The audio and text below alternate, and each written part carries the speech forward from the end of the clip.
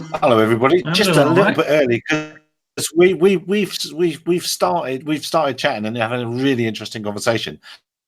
So I've just got to hit the start button because the trouble is we talk these things out before we actually start. So we were just talking to James. So let's hook back to James. In fact, Bruce, why don't you ask James some questions and then we'll see where that goes because you had some questions for him. No, I've finished. We've already spoken about it all, but I'll go over it. Now, there's a bit of a move afoot, as I understand it, in the UK amongst certain people to boycott the registration in the UK. So the concept being that if not many people sign up, then it'll become so expensive that those who do sign up will not be inclined to do so again because they'll be paying a huge sum when they amortise that £2.8 million a year across the small number of people who have registered. So could it be that in the end you're only going to have a few thousand people registered and they're going to be paying huge sums of money to be the beneficiaries of having that registered status? But I gather you've got something in the wings there, James. What is it?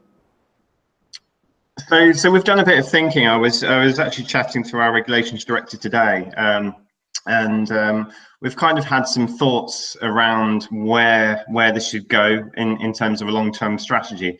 I think your approach to civil disobedience maybe isn't possibly the right way. I think you're gambling a little bit that everyone will go ahead with that plan, because if only half of them do, then maybe the CIA will have a bit of a tough job on their hands, but potentially as well you'll have half of operators being lumped with £100 fines left, right, and centre. So. Where we're kind of going with it is that there is a bit of a strategy from the CIA at the moment to create digital identities for users of airspace. This is what we're talking about. We're talking about an entry ticket into the airways. Now, why should it only be drone pilots and remote control aircraft pilots who are part of this? Why should it not be everyone? Surely if we're creating a digital system for entry to airspace, manned aviation, commercial aircraft, gliders, hot air balloons, all aircraft which are using airspace should be subject to these registration fees because they're creating a risk just as drone pilots are. So by going in that direction, actually what we end up with is a situation where those fees are being shared by a much larger majority of the market, of the industry. And we end up in a situation where we're actually achieving what we're trying to achieve, which is integration of all aircraft into the same set of airspace. And this links in nicely with the electronic conspicuity piece, which is something that the CIA have currently got out a sort of a questionnaire on at the moment, and they're trying to basically understand who should and who shouldn't be making themselves conspicuous. Well, if we got aircraft registering, that registration is going to tie into that electronic conspicuity, and so if that's the case, then surely we all need to be conspicuous. We all need to be registered. So this is kind of our current thinking as to how we tackle this. Let's get everyone registered. Let's get everyone conspicuous, and then no one has any sort of gripes to moan about then. But first of all, I'm not suggesting people go and break the law. I'm just suggesting they fly models that weigh less than 250 grams for the summer, and therefore no need to register. The other thing is that last time I checked, if you had an aircraft in the UK, you had to register it. And if you were going to fly it, you had to have a pilot's license. So all this is doing is, what the CIA is doing is bringing the unmanned community in line with the existing requirements for the manned community. So I don't know how your strategy will work, because these planes that you want to have on the register, they're already registered, the pilot's already licensed, so it's already done. So how can you leverage that to our advantage? Well, what you're actually looking with this system is actually a lot more advanced than what you've got with manned aviation. Manned aviation is pretty much a database, which is what a lot of people have been advocating for. Is they're kind of saying, oh well, why are we spending 2.8 million on this fancy database? Well, it's not just a database we're talking about here. We're talking about online digital identity, and we're talking about integration with all sorts of other systems such as UTM and electronic conspicuity and all of these other things. That's what, when they talk about future development, this is what they're talking about. But They're wasn't not there, just talking about a fancy database. I've heard of that, £1 million is of that cost, so that still makes it overpriced by about 4 times.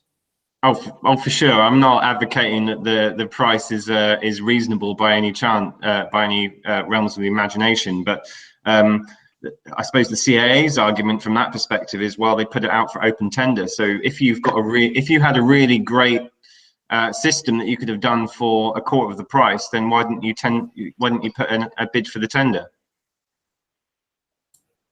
Well, what I'd say to that is there has been a government system, which I'll go on to later, that held almost an exact number of records as the BMFA plus FPV UK put together, that was operated for a fraction of the price. So we're looking at under £500,000.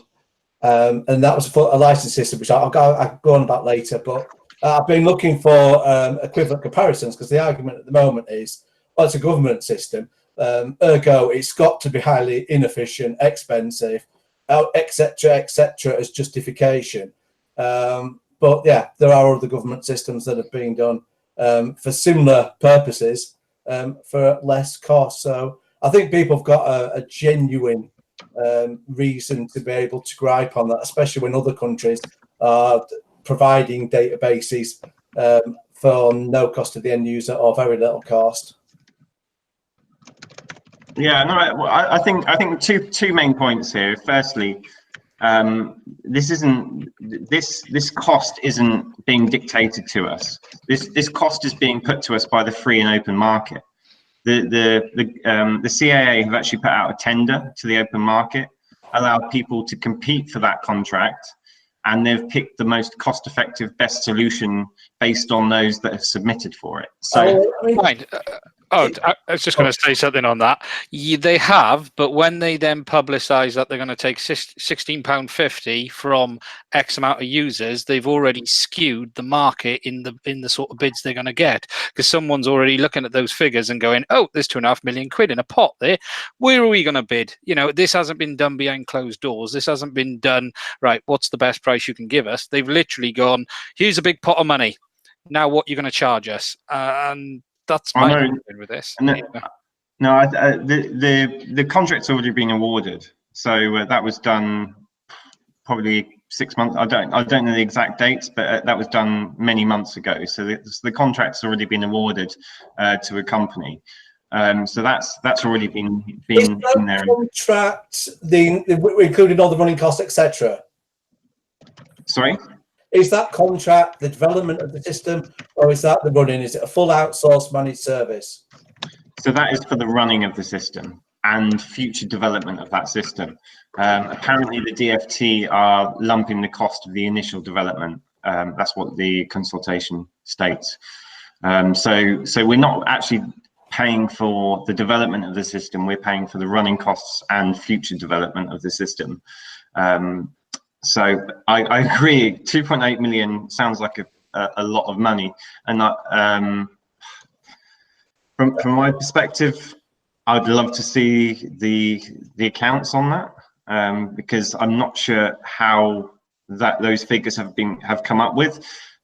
But having said that, I think there is a good argument to be said. Well, the CAA have put this out to public tender. You say that though, but how many people will see these tenders going out? They're usually in limited circles to larger companies, or where there's past relationships. You know, I don't know if anything even like that. You know, so has stuff gone out on Twitter? Has there been press releases? Has there been, you know, from all the IT community around the UK, come in, join in, give us the cheapest price? You know, probably not. No, I don't think it. I don't think it has, and I was aware when it came out. I was aware of it, but there are, as with any tender out there, you know, you only have to look at, you know, the tenders out there at the moment. Unless you're actively looking for them, you're not going to find them. So I suppose that depends on a company by company basis. But from the CAA's perspective, they have put it out to a public tender. So. I believe there was about 30 companies who bid for the work. So there was a reasonable number, and the company was chosen based on providing what the CAA wanted versus cost. So, but I think, you know, trying to move on from the price perspective. The key with what we're trying to do here is, or I say what they are trying to do is to create an entry ticket to this new age of aerial transportation. So we're talking drones, aircraft, air taxis, and all the rest of it. Like I know you're probably already thinking that air taxis are a long way off, and I probably agree with you there. But we're talking about a digital identity to this new way of accessing airspace, which includes UTM and all the rest of it. So if we're going down that route and we're looking to upgrade the existing registration process for manned aircraft, because that's currently just a database, shouldn't all of these other modes of transportation also be sharing that cost? Because shouldn't we all be on that same system? Shouldn't we all be linking that registration to electronic conspicuity, to unified traffic management? It's not unmanned traffic management, it's unified. So that includes manned aircraft, commercial aircraft, hot air balloons, gliders, all the rest of it. Surely this registration fee should be spread across the whole aviation community, not just drones. That's our angle at the moment, and we think that that kind of gives that gives us the outcome that we want, which is to push the industry forward in terms of integration efforts, but also helps to alleviate some of the cost and spread that cost amongst all airspace users rather than just the drone community. Now, you've been here before, James, and I do believe you are fully aware of the rules and regulations of this hangout, and that is that common sense shall not be adhered to. And I have a feeling that what you're suggesting there is common sense. So I can't see that. And I must say good day to Brian. Thank you for joining us. We'll get to you in a minute. We started early. We were talking offline, so we just started anyway. So we'll get to you in a minute, Brian. Sorry about that. So we're talking about charges in potential charges in the UK and how airspace is working. And yeah, I couldn't agree more, James. I think that is that's the obvious thing. So that won't happen. But it just struck me as the obvious thing. But really, the reason I wanted to get you on board this evening, James, was ARPAS, which is an operation, if you're not in the UK, that represents commercial flyers in the UK, has put up a sort of a questionnaire saying, have you been treated unfairly by air traffic control units? Because as has just happened in America a while ago in the UK, you had some changes in regulations where you now have to do some certain commercial operations. You have to speak to air traffic, and some places, and the place at the moment is Battersea, is charging £180 per day for users to do that. How is that? How's that plan panning out, James? Yeah, so 2 or 3 weeks ago, I was on the hangout with you, and this is where I was saying that we need to focus our efforts on things that really are big killers for commercial operators. And this registration, £16 a year, it feels a bit unfair. But actually, what the bigger problem is for them is when they're trying to operate in central London, and the Aerodrome says, no, you can't fly.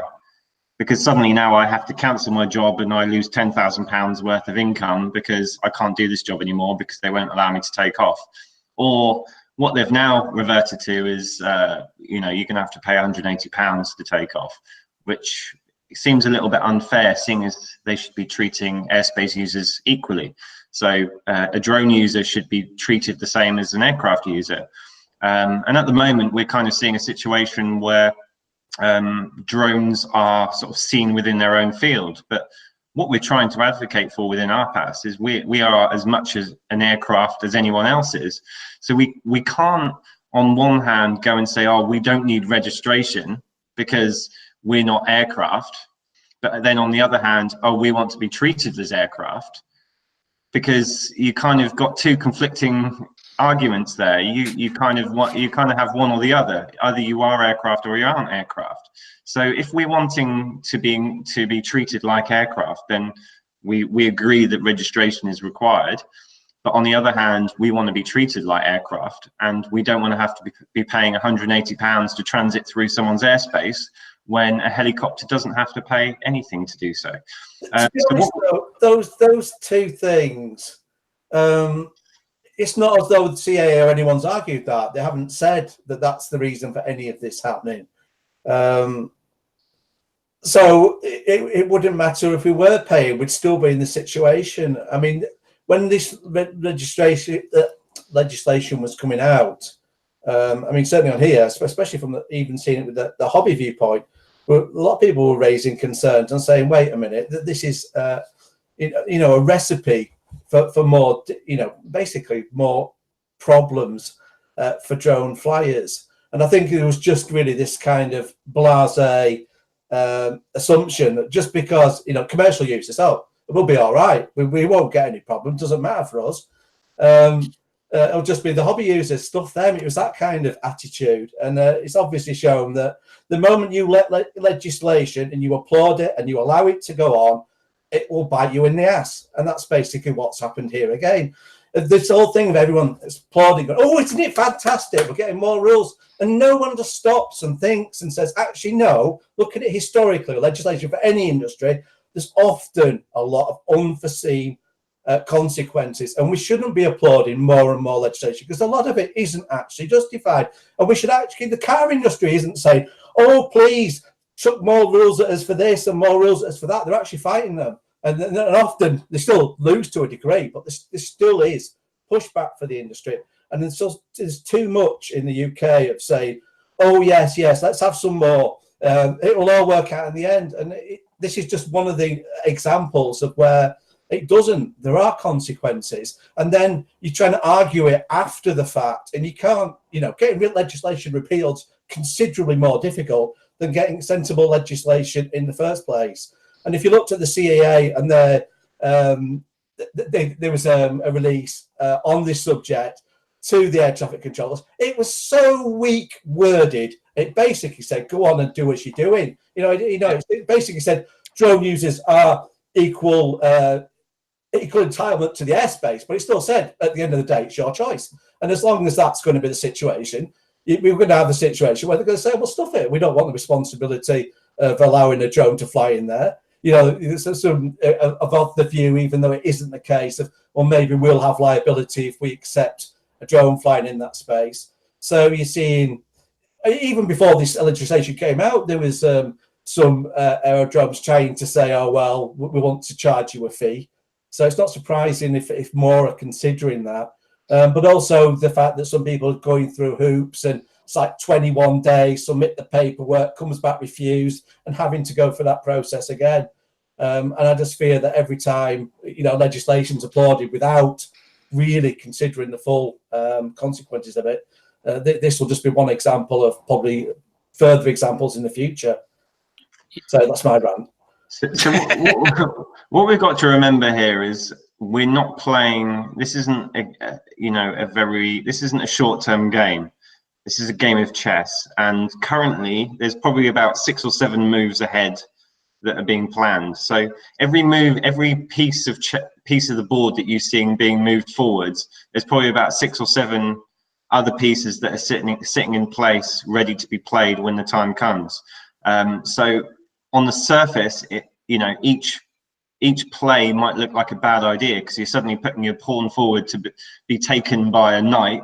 But actually, there are some other moves which are in the background, which are sort of set up, ready for that next play.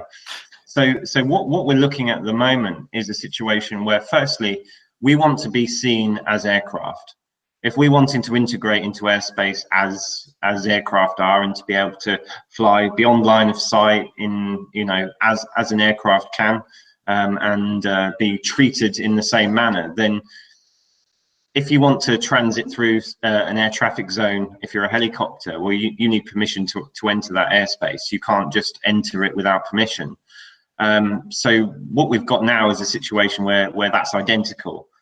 Drones and aircraft are being viewed the same, or from a legislative point of view, they aren't 100% though, are they? Because it's where an ATC is closed down, generally they can go through it, and a drone still's got to have permission where it can't get permission because there's nobody there. So it's got to be done in advance of. Yeah, and I've got to admit, when I saw the regulation, I said that basically we should be using air traffic zones. You know, to create a flight restriction zone, which is basically, for all intents and purposes, very similar to an ATZ, but not quite the same, seemed a little bit like they were making it more complicated than it needed to be. I think that it should have just been that air traffic zones should have applied for all drones and all aircraft.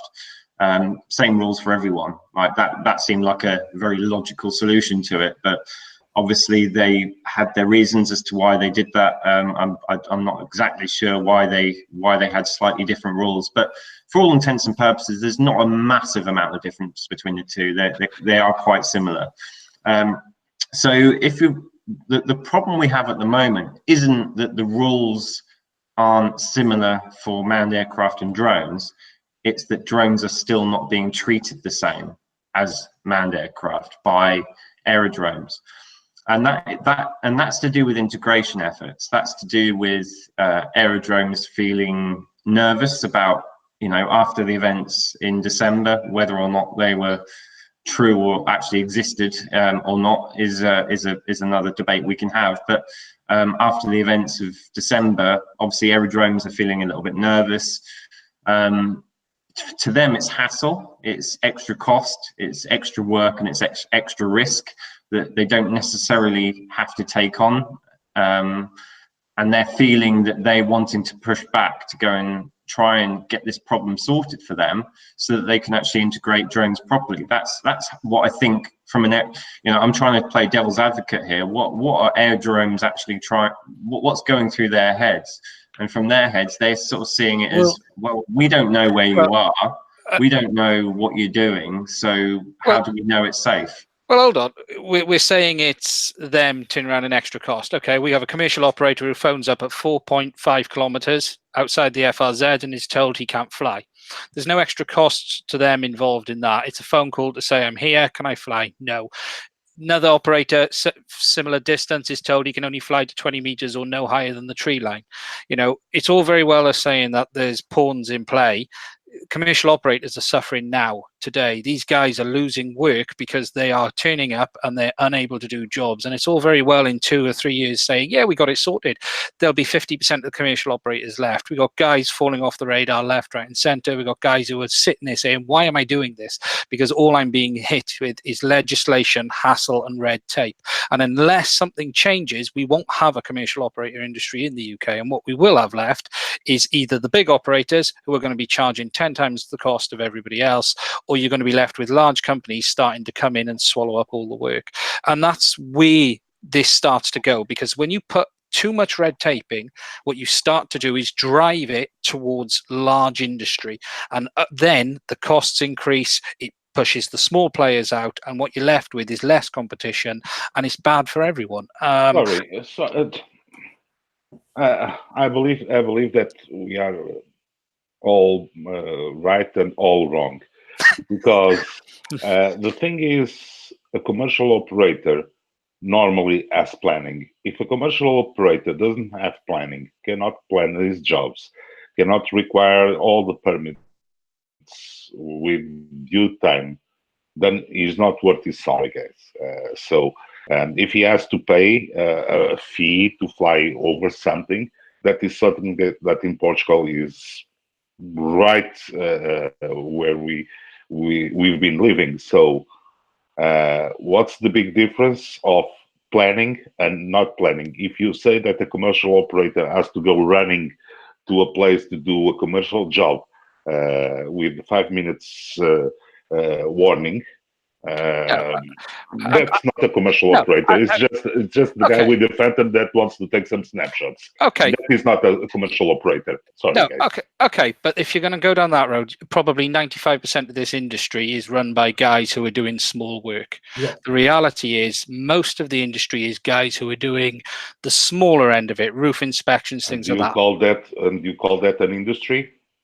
Well, it's what That's not an industry. Sorry, if it's done by a bunch of guys spread all over the country with small phantoms that take off the phantom to do a rooftop inspection because the neighbor heard the noise and it charges £25 to that.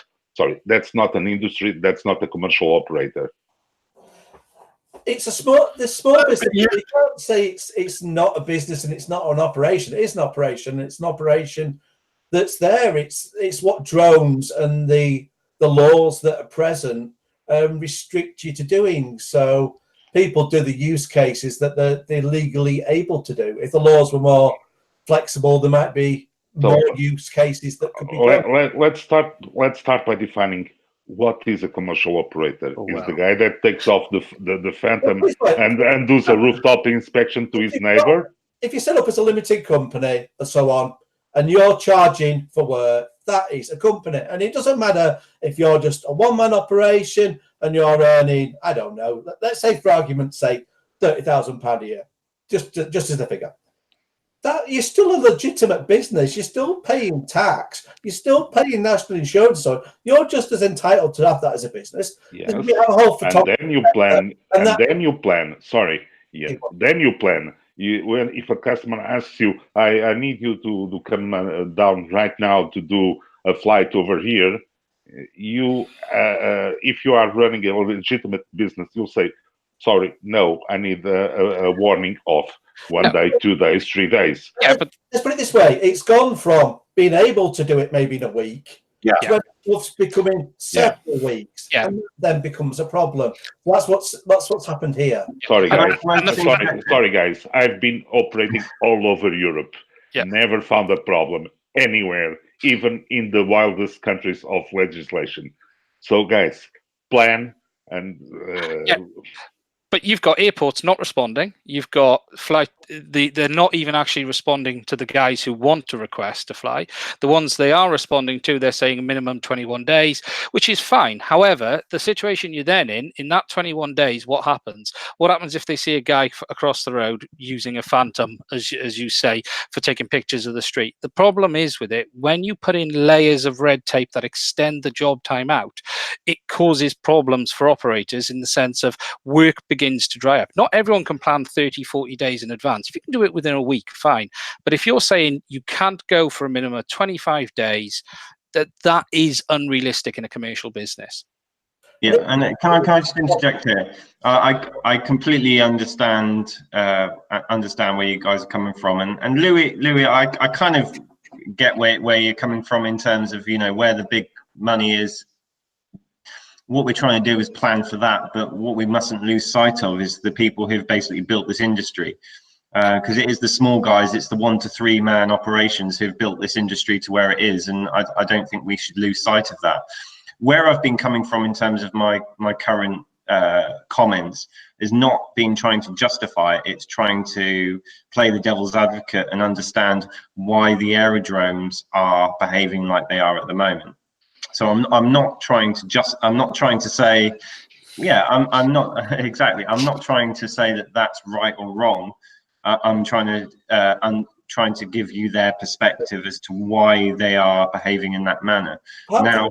Sorry, just to jump in for a second. Part of the issue is it feels like they weren't consulted, because even when the legislation when it came out, these discussions were going on Twitter, and there was air traffic controllers getting involved and saying, well, I don't want to know if someone's flying their toy Barbie drone 4 miles away from the airport. It's just really it's additional information that I don't need. So even when that discussion was taken, it's clear that there wasn't enough discussion about the legislation before it's gone into place to think about all the scenarios, from the sub 250 for the hobbyist through to the commercial operator. It's knee-jerk legislation that's gone in for Gatwick, and then the Labour Party with ARPAS pressure putting pressure on the Conservatives having to respond, and it's ended up with bad legislation. That's the reality of it. And I think I was going to jump in. I do like your idea of making all air users register and be equal. but I think what we could do as an industry is very quickly open up that for the electronic conspicuity piece and all those other things, the unmanned part of aviation will be able to comply very quickly and to a higher standard than manned aviation. And I think we should be saying, well, oh, that's lovely, manned aviation. Can you do this and can you do that and can you do the other? Okay, and, Gary, who's the we? Please define the we. Well, okay, the we. Oh, the we is a industry, small the console made industry by that Japanese. Ian's, it's the industry that the both Ians were saying it is. That industry is so fragmented, so spread out, that it's never going to be a voice in the piece, and it will have a very hard time defining a standard, whatever the standard is. It is a very, very hard place. So who's going to defend you? True, yeah, maybe the DJIs? Is it the DJIs, which are the guys that have more to lose because their drones get off the shelf and get on the second-hand free market for half the price? Are those the guys that have more interest? Yes, they are. It's the big manufacturers. Well, but all right. How to put this another way? If we're truly looking at a modern sky, which is James is coming from, then we've got to look at it from the bottom up. We've got to have again, you won't like it, Lou. I'm saying the aviation industry has to have 100-year vision, 100-year vision that includes everything. And a lot of the stuff that's happening in general aviation just will never comply. I hear what you're saying. The we in the UK then would be ARPAS, and there's another couple of organisations that stood up to represent commercial operators there. That would be the we, I suppose, over there. The only thing I was going to say on this last thing, on this charging thing, my only concern, and Ian tipped on it a little bit, nowhere have the CAA said they shouldn't charge. And the issue we're going to have is, regardless of what happens, you have airports who have spotted a cash cow, which is a commercial operator, because their attitude will be they can pass it on to the customer anyway, so it doesn't come out of his pocket. And I don't see this charging going anywhere unless the CAA step up and say, hold on, you shouldn't be charging anything more than this to process or whatever they feel they need to be doing with this data. Because at the moment, there's nothing to stop them charging 200 quid a time, because the CAA have gone, well, do what you want. So there's another point. There's another point which I think is important to note here, is looking at a historic look on how current air traffic services are paid for within existing aviation. And what you've got is commercial aviation, so your likes of your Ryanair and your EasyJets are basically paying the majority of air traffic service fees. At the moment, it's commercial aviation which is paying, which is basically subsidizing PPL pilots in Cessna 152s buzzing around. They're basically being subsidized. So it's actually commercial aviation which is paying for hobbyists to get air traffic services. And at the moment, drones aren't paying anything for air traffic services. Drones are also being subsidized by commercial aviation.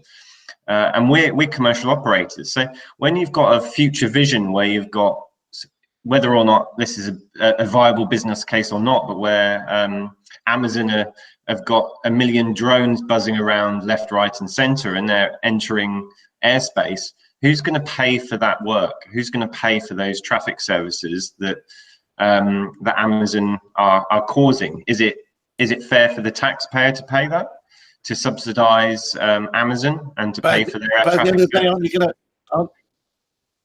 but don't you just say hashtag no GA below 2K? Everything below 2,000 feet is fair game, and corridors in and out of airfields. Why are we spending time worrying about accommodating aircraft that soon will be 100 years old in themselves? Says no 152s and things. It seems because to me we're talking about nonsense. If we're going, we're talking about Aerodrome. Yeah, I know, but they can have. Well, the aircraft need to be GPS and ADS-B equipped, and the pilots need to be coming in on a very precise approach and landing, because runways only go like this. There's not a lot of room either side of them. Why do they need all that airspace either side of the runway? It's ridiculous. Why have they got circles? They shouldn't be allowed to have it in the modern world. It's an air grab, I tell you, an air grab. We're trying to fit in with historical stuff that's not needed in the modern world of highly trained pilots, is it? It all, I don't know. Well, we all get very annoyed about it, don't we? And all I know I'll say on the extra expense part of that is, it costs nothing for the assistant to say to the controller, there's some monkey down in the field down the road. He's going to fly for 20 minutes, not above 400 feet. Oh, all right. Let's have another cup of coffee. That's all it is. That's all we're talking about. We're not talking about some bloke rushing out and plotting it all out and then a big 3D arena of airspace popping up and multiple threats being shown on screens left, right, and center. That's all it is. It's nothing more than that. And, I've been... So I've been in that situation when I was a youngster. I've been playing devil's advocate now, and I've been trying to justify, I've been trying to reason, I've been trying to sort of talk about all of the counterpoints. And ARPAS's position at the moment is that probably large majority of aerodromes are actually very good and are being very cooperative. I would say probably around about 80% of them are issuing permission without any problems. As long as it's not off the end of the runway and it's not actually a major risk to their aircraft, there's no issues. There are a reasonable minority, not a small minority, but a reasonable minority that are not are making life a little bit more tricky for good reasons or for bad reasons. That's still to be determined. But what we think is that there are good aerodromes and there's not so good aerodromes, and what we're proposing to do is to create a league table, because what we think is the only other option that we feel at the moment is we've got legislation which says that aircraft and drones should be treated the same. Well, it's clear that they're not being treated the same at the moment. Drones aren't being treated as aircraft. And so how do we deal with this? Well, it's not a criminal matter, it's a civil matter. And so the only way that this can be dealt with really is through litigation. And what we don't really want to get ourselves into is a case where we're having to, or where the industry or individuals are having to bring litigation to aerodromes to say, you are not treating me fairly as a manned aircraft is. So our view on this is to essentially open it, make this process a bit more transparent, and create a league table, which basically shows which aerodromes are integrating drones well, and which aerodromes are doing it in a good fashion, where operators are having good feedback, and which aerodromes aren't doing it very well and are causing integration issues. And by doing that, we think that will allow those that are having problems to learn from those that are doing it well and to improve their efforts. And it will also put pressure on them from various stakeholders. So, if you're an aerodrome, say, I don't want to start naming names. I don't want to start sort of criticizing any particular aerodrome, but if we look at Aerodrome X, which is in a particular county, well, that county council won't want their aerodrome to be seen as the worst aerodrome for drone integration in the country. We think that there are multiple stakeholders for each aerodrome that will want to see their aerodrome being seen as a good aerodrome for drone integration. We're talking about the future of air traffic and air travel. So I don't think there's any stakeholders out there which will want to see their aerodrome being seen in a bad light. And so by revealing this information out to the public, we think that we can encourage aerodromes to improve their efforts for integration, rather than having to go down that route of that sort of legal route, which we think is one going to be a cash cow because people have to sink vast sums of money into it, and secondly, it's not going to really frame the industry in in a good light if you've got it's going to be a them versus us kind of scenario, rather than let's work together, let's try and improve this for the benefit of all of us. But let's try and use best practice to go and get there. And I think the league table is at the moment the best sort of way that we have of doing that. I think that's a very good idea, actually. I think the publicity route as well. That's the kind of thing where local newspapers, they always like a statistic about their local area. Can say that we're ranked at the bottom of this list of integration, because there's definitely, I mean, everyone would see it even if you didn't know that much about drones, you would see it as, well, we're losing economic potential here. We're being backwards compared to these other cities. So I think that is a very good approach, and I think you're quite right. If you went down the legal route, you could create dominoes. I do think if eventually nothing comes of it, it might be one where it ends up with that. If you've got the likes of maybe DJI that want to fund a legal case such as that, but yeah, you're quite right. That's kind of the last place you'd want to be. Definitely, and we see that legal route as the last resort. That is the absolute last resort, and we're putting pressure on the CAA. We're putting pressure on the DFT. I know our legislation director has a meeting with the Airspace Regulations Committee in 2 weeks' time, and he'll be talking to the head of NATS, the head of the CAA, head of the Department for Transport, and he will be raising these issues. So this feedback form that we've created, all of these responses will be sort of put in statistic form and be presented to all of these people and saying, look, these are the problems that our industry is having. We need to do something about this. What are you going to do to try and help ease this matter? Because these are our options at the moment. We're creating a league table. We're putting these issues forward to you, but the last resort is going to be litigation. We really don't want to get to that point. So help us to make get this matter resolved. And we understand that drones do pose a risk to aircraft. If you're flying off the end of the runway, then yes, it does. Yet we still haven't seen any incidents yet, so I don't know quite how big that risk is. But as an aviation accident investigator went and pointed out to me, the target of safety for commercial aviation is 0 deaths. That is on the CAA website. If you look at the target for safety for air travel and for commercial aviation, the target of safety is 0 deaths. So they have to try and mitigate any risk that there is. It's not a case of 1 × 10⁻⁶ or whatever. The target is 0. So they need to try and be seen to try and mitigate that. So if that's the case, then yeah, we have to understand that there is a risk.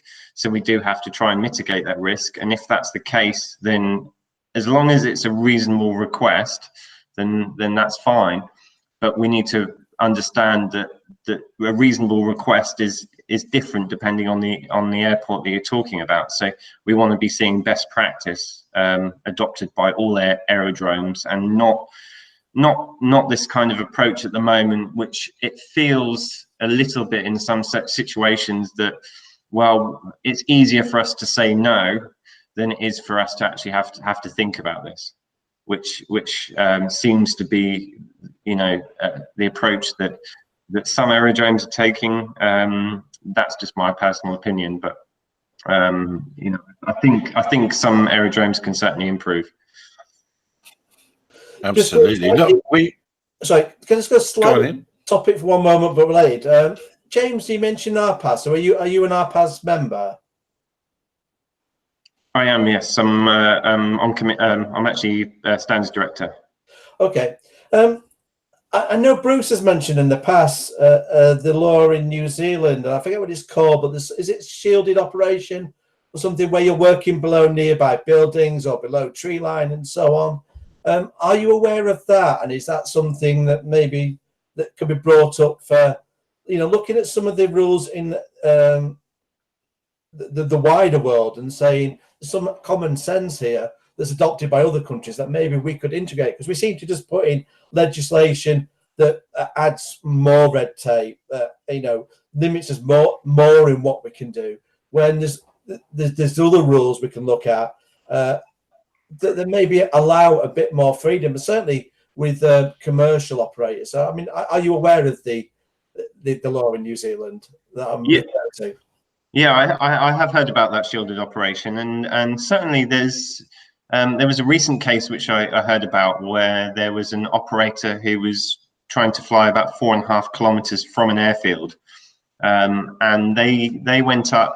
They asked if they could fly, and their response was that it was on the downwind leg of the circuit, and there were several students who would be flying that day. And that they would not be able, that students sometimes find it difficult to read their altimeters correctly, which I found quite funny, because drone pilots are expected to read their altimeters perfectly. But again, if it's okay for a manned aircraft to get it wrong, then surely it's okay for a drone to get it wrong as well. But the manned aircraft should be at 1,000 feet, which means 500 feet of separation means that we'd be easily flying at 400 feet with no issues. But they were actually told, as long as you don't go above the treetops, then that's fine. You can operate up to the level of the treetops. The guy I actually spoke to said that luckily there were some very tall trees around, so he actually managed to go and get the operation done.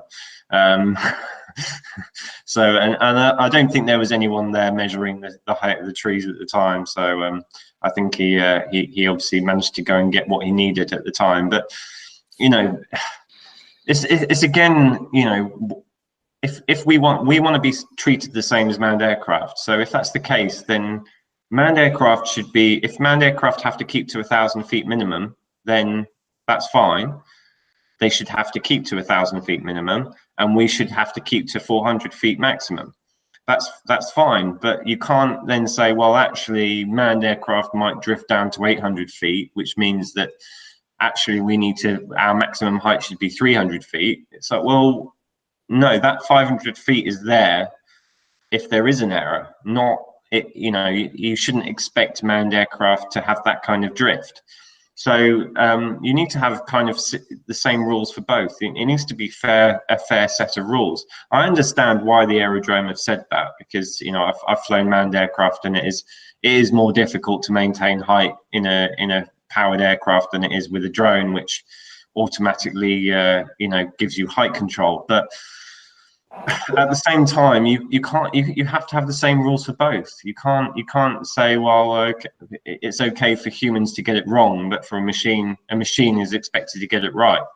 Yeah, I mean, part of the point I was getting at was with the shielded operation, it could actually be a positive from the viewpoint of you could have more freedom or flexibility on the legislation, saying when you're operating within that, because obviously we all have different use cases, and some of us have use cases that aren't actually using them as aircraft 400 foot in the sky, but are using them more lower to the ground as like a dolly or a crane, where we're never going to be more than say 50 foot or whatever. It just strikes me that the legislation's all the assumption that every drone operator's wanting to fly up and use it like an aircraft, when we're not all wanting to do that.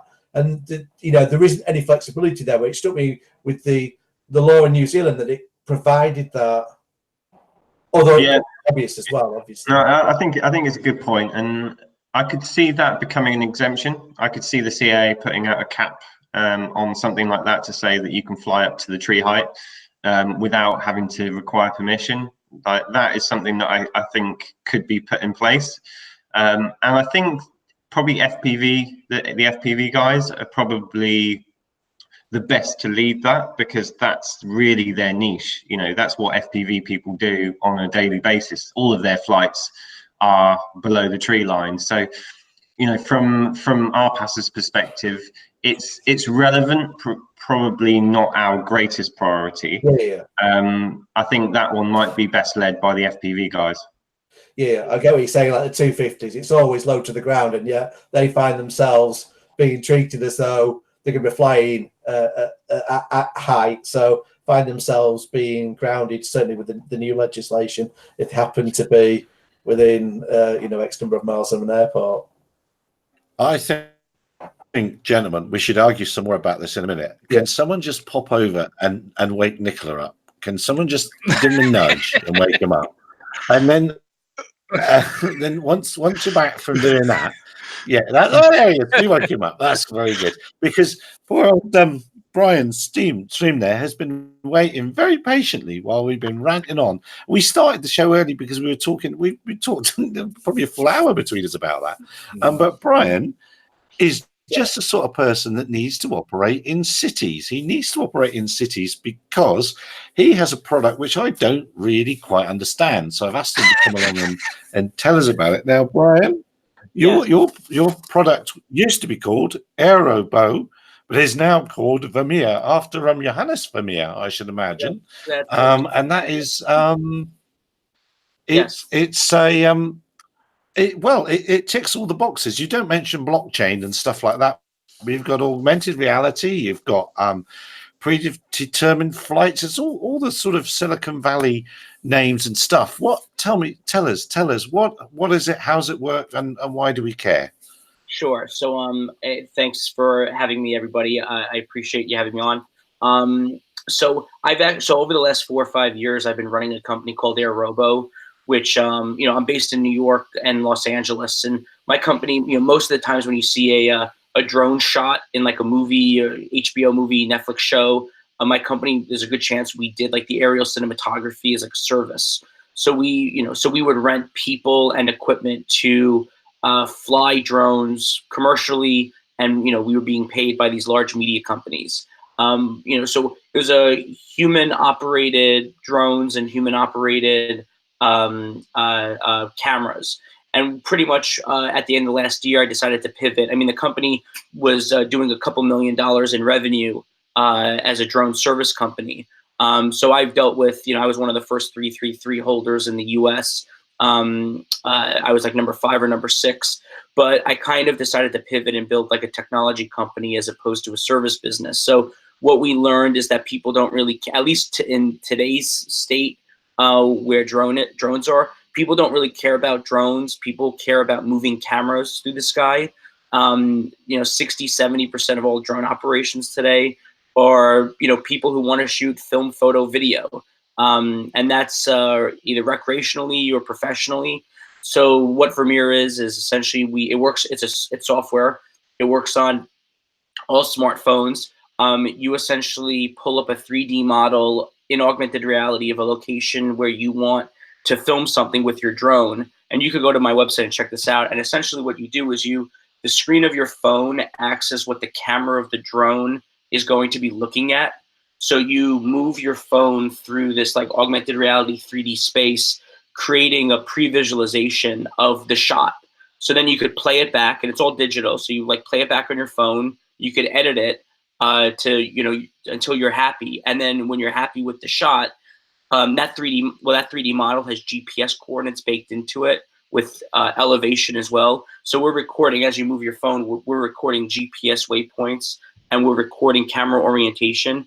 So then essentially what you could do is you could send that shot to a marketplace where anybody who owns a DJI drone could essentially download your shot, load it onto their DJI drone, and then with, you know, one touch, autonomously the drone will take off and execute that shot remotely.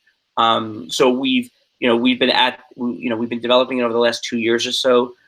Excuse me. We have a bunch of customers in the media space, and little by little, you know, we're building a 3D high fidelity model of the entire United States. And you know, we have maybe about we have some nice revenue coming in with the platform, and I just raised some money, and I'm, you know, going out to raise some more money. Ultimately, like the two like high theses here is that today people don't care about drones; they care about moving cameras. But ultimately, you know, we're talking a lot about, I don't have an aviation background, but, you know, if you want to, you know, but, you know, as these drones move about the sky, they're moving in 3D, they're moving left, right, up and down. So you kind of are going to need a 3D interface to control them and exhibit them. Can I jump in with a few questions? Yeah, sure. Before I forget.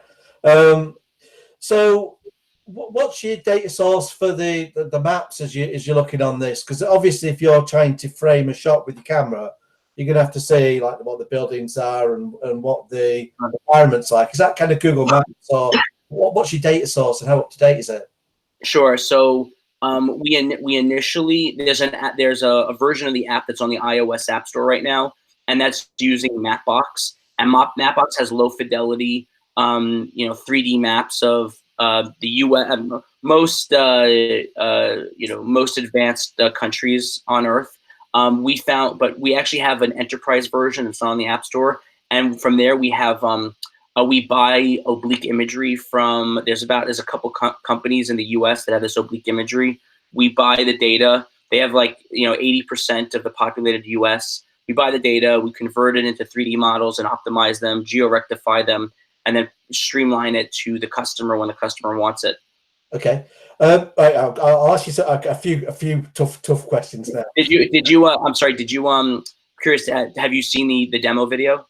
I haven't, but I've seen a kind of written description of it. So I can conceptualize what you're doing. Okay. I'm used to like smart shots on drones, so I kind of get the idea. Because with that, maybe like I had the 3D solar, so you would actually fly through 3D space, set the waypoints, and you could execute that move over and over again. So essentially, you're doing that kind of thing, but you're doing it where you don't have to have the drone. You're doing it virtually on the app, and then obviously, as you say, I can understand the whole business model about tendering that out for somebody. But that presents a few questions for me, because obviously you're taking that 3D flight and that's being sent out as data, and then there's a few issues around that. I presume number one, you'll be using the DJI API to actually send all those. The mobile SDK, correct? Yeah. I guess my one concern over that would be, I know like Litchi and Autopilot have encountered bugs before today, so that it's trying to use the API. The API does something different, and the drone ends up crashing. And I don't quite know where. People give me conflict information that all the time.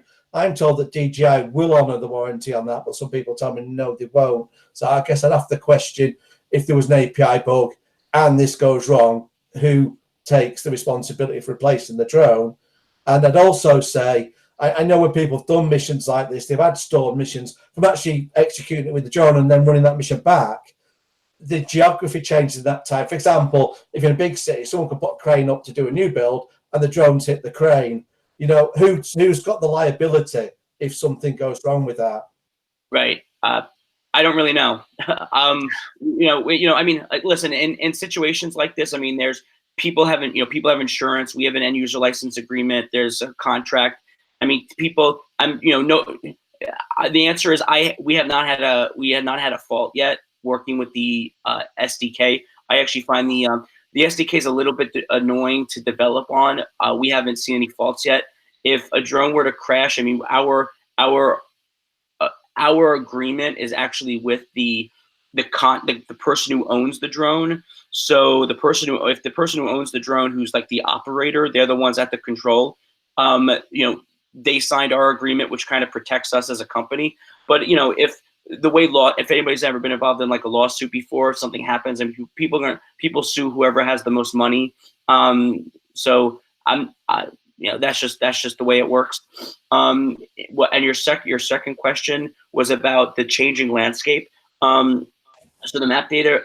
I'm sorry, I'm a little bit sick right now. I'm fighting a cold, so I'm a little congested. I was trying to get at probably stuff that you wouldn't be able to pick up from your data set, because things will move faster than your data set coming through. So it could actually be literally that a crane has just been put in place. Yeah. So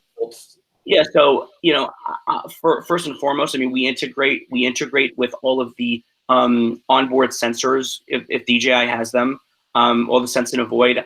I kind of feel that that solution is going to be solved by one of the hardware manufacturers, the sense and avoid capabilities. If somebody could put up a crane, but you still kind of need the human operator to be standing there on the ground. And the fact is, 99% of the sky is mostly unchanging. There are like outlier cases, and our data is anywhere from 6 to 12 months old. But also, roads get rebuilt and they get moved sometimes, and you just have to like be conscientious and know how to update it. And we're super early in this. So right now it's still, there's human oversight. And the drone does, the onboard sensors do the last bit of it. And also, I don't think it's such a, there are these outliers, but they're extremes. Yeah, I guess that kind of answers it. I do think that there will be a few issues. Oh yeah, I know what the main issue is, because I experienced this, and I'm sure every commercial operator. I mean, but you have it more so here in the UK. I think when the laws are a bit stricter. I'm sure there'll be cases still within the US where your customer has the view of this epic shot that they want, and they put it up, and that shot by legislation just isn't legal, but that's the shot they want. So how is that going to be dealt with? Are you going to put some checks in there that actually this person's flying over football stadium whilst a match is going on, for example, and actually put, you can't do this, it's illegal? Because the problem is, at the moment, a client will say, I want this shot. Commercial operators say, no, I'm not doing it, it's not legal. And someone will come along who hasn't got a license and just do it anyway. Well, the cool thing is that we integrate with like AirMap, so we actually could display from the client. The client's the one wanting the shot, so the client could know right away if their shot is legal or illegal. And then the onus is really on the drone operator if they want to do something that is against the law. We're essentially the DJI's position largely. What we found is that we'll warn you, but we're not going to stop you. Which is kind of the same tack that we're taking. Yeah, so that's only part though, because you're thinking of the fly zones there, but they're only part of what you shouldn't be doing, because that won't capture how far away you are from a building or other factors that aren't. DJI only consider that point of law and not anything else. They don't think about how far away you're operating your drone, or the fact that that's beyond visual line of sight, and so all the laws still apply. I mean, like the human operator in the U.S. still mostly, except for very few exceptions, need to have his or her eyeballs on the drone at all time. I mean, that's nothing's changed. I mean, we're bound, but the operators are still bound by the same laws that everybody else is. Yeah, I'm kind of getting at. So let's say, for example, I do an epic shot and it's a 1 kilometer in length. The algorithm could actually say, oh, wait a minute, that's longer than you should be flying, because you won't have visual line of sight by that. You see, it's that kind of thing I'm thinking of, beyond what DJI's no-fly zones alone will tell you. And it's also for the factor with that those no-fly zones aren't that accurate, and AirMap doesn't have a good record for the quality of the data. For example, there'll be aerodromes that have been closed down 10 years ago that still show on there being active. I guess my thesis here is that it's not, first and foremost, it's not designed to be a tool that informs everybody 100% of all the modern, current, up-to-date regulations. It's designed to be a tool to kind of help people pre-visualize and help them easily get footage that they want, and that they're doing it in 3D is very beneficial. Is there the ability in the future to add on functionality that allows beyond visual line? I mean, everybody's trying to do beyond visual line stuff. It's challenging for many reasons.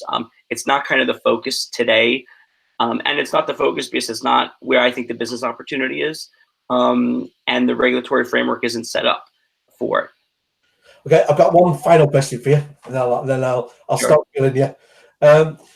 Now, because you're using a data set, and as I mentioned, there could be inaccuracies, are you going to have a customer care where someone actually can contact you either by email, whatever, and say, this no-fly zone's incorrect, or this bit of mapping data is incorrect, and then you're able to actually do something to fix that, you know, either directly yourselves or that you're going to have a direct contact with their mapping and then maybe an SLA for them doing a correction. Yeah, sure. I mean, we if anybody, I mean, obviously, if anybody noted, let me backtrack for 1 second. The software is incredibly early. We've been to market for 3 months or so. So it's very, very early days for the software. I'm building sophisticated 3D augmented reality drone navigation software is challenging. So let me, it's not a fully baked product at the current moment, in that it has all these features. If people have issues with it and they have problems, yeah, they could email me. In the first version of the iOS thing, we took a lot of feedback from people who were using the app. There's a lot of software crashes, bug reports, things like that.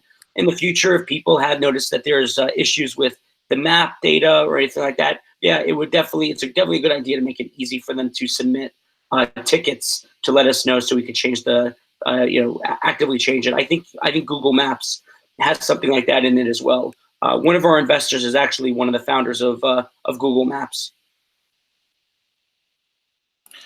Well, when you look at it, it just looks as like an intuitive.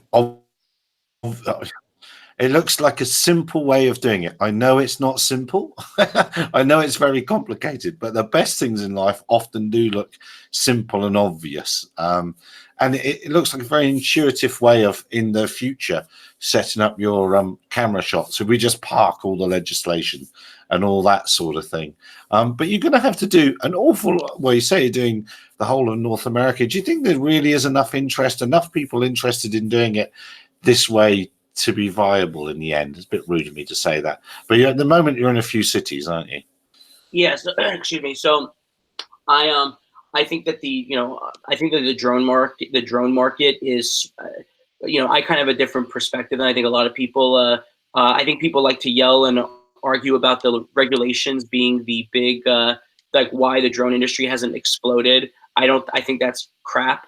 I was running a multi-million-dollar drone service company, and the problem very seldom did we have drone regulation issues. It's really that there needs to be a really killer use case that's scalable.